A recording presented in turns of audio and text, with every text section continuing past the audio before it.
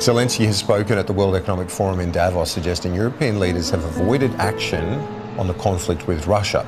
The first trilateral peace talks between officials from Ukraine, Russia and the US are being held this weekend. Volodymyr Zelensky arrived in Davos on the last full day of a meeting dominated by talk of conflict, in which his was the forgotten war.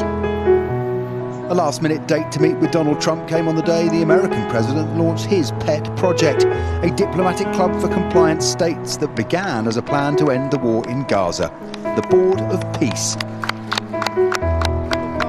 The more urgent question in Kyiv is President Trump or Ukraine. What is your plan for Ukraine? What will you say to Volodymyr Zelensky today? Ukraine, as you know, today I meet with the president and we'll be discussing it. We're meeting with President Putin today or tomorrow. And some people are going over, and I think they're getting close. A lot of people are being killed. We got to get it done. If we don't get that done, it would be a disgrace. A one-hour meeting with President Zelensky was Trump's final engagement. He left the Ukrainian leader, for whom US security guarantees are vital, to chide European allies.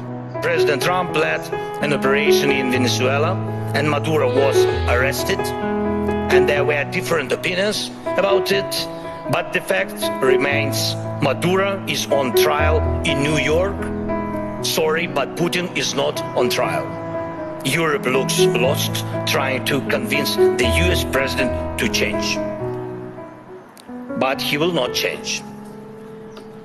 President Trump loves who he is.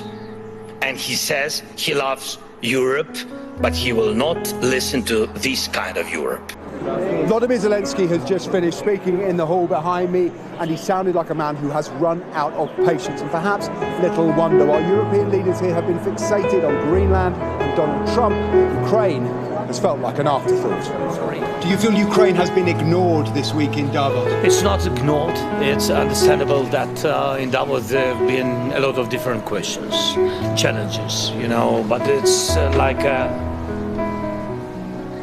just forget about the war, you will not solve the problem. Ukrainian business leaders have been in Davos trying to raise support for a country enduring its fourth winter of war and the coldest in decades, amid blackouts and heating failure. We cannot wait for the outcome of this process. We need immediate reaction, and the only reaction is to force Russians to stop attacking energy infrastructure.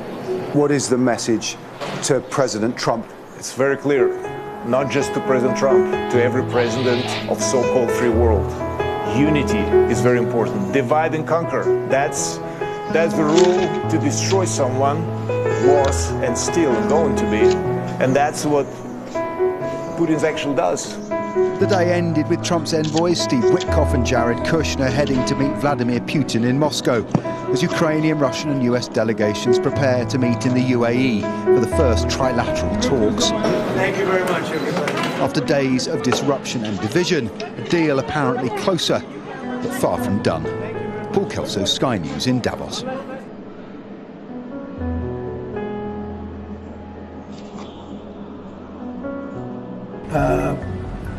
We've been told that the killing